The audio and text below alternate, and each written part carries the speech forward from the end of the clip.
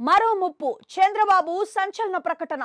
ఏపీకి మరో ముప్పు పొంచి ఉందని, దీనిపై కూడా దృష్టి పెడుతున్నామనే సీఎం చంద్రబాబు చెప్పారు.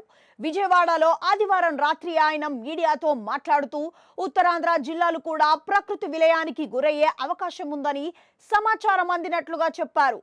విశాఖపట్నం, అల్లూరి సీతారామరాజు జిల్లాలలో భారీ వర్షాలు కురుస్తున్నాయని, కొండ చర్యలు విరిగిపడే ప్రమాదం ఉందని సమాచారం అందినట్లుగా తెలిపారు. ఈ నేపథ్యంలో కొండ ప్రాంతాల్లో ఉంటున్న వారిని అక్కడి నుంచి సురక్షిత ప్రాంతాలకు తరలించినట్లుగా సీఎం వివరించారు.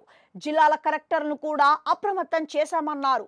ఏలేరు ప్రాజెక్టుకు వరద ప్రభావం పెరిగిందని, దీనివల్ల కాకినాడ జిల్లాకు కూడా ముప్పు పొంచి ఉందని తెలిపారు. ఈ నేపథ్యంలో ఆ జిల్లాల్లోనూ చర్యలు చేపట్టామన్నారు. ఇక తాజాగా విజయవాడ, గుంటూరు, తెనాలి, నూజివీడు తదితరుల ప్రాంతాల్లో సంభవించిన వరదలపై గవర్నర్కు కూడా నివేదిక సమర్పించినట్లుగా చెప్పారు. ప్రభుత్వం చేపట్టిన సహాయక చర్యలపై గవర్నర్ అబ్దుల్ నజీర్ సంతోషం వ్యక్తం చేసినట్లుగా చంద్రబాబు తెలిపారు.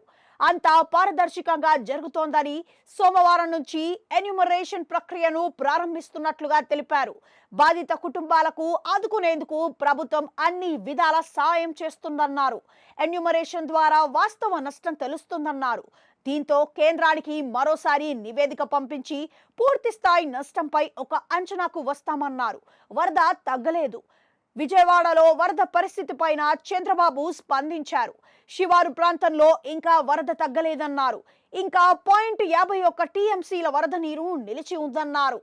భారీ వర్షాలు రాకపోతే వరద నీరు సోమవారం సాయంత్రానికి తగ్గుతుందని తెలిపారు.